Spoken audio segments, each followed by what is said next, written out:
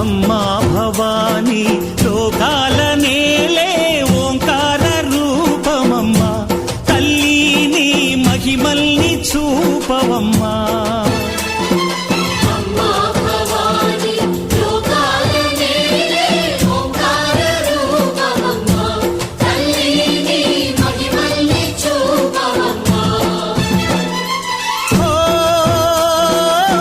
సృష్టికే దీపమా, శక్తికే మూలమా, సింహరథమే నీదమ్మా.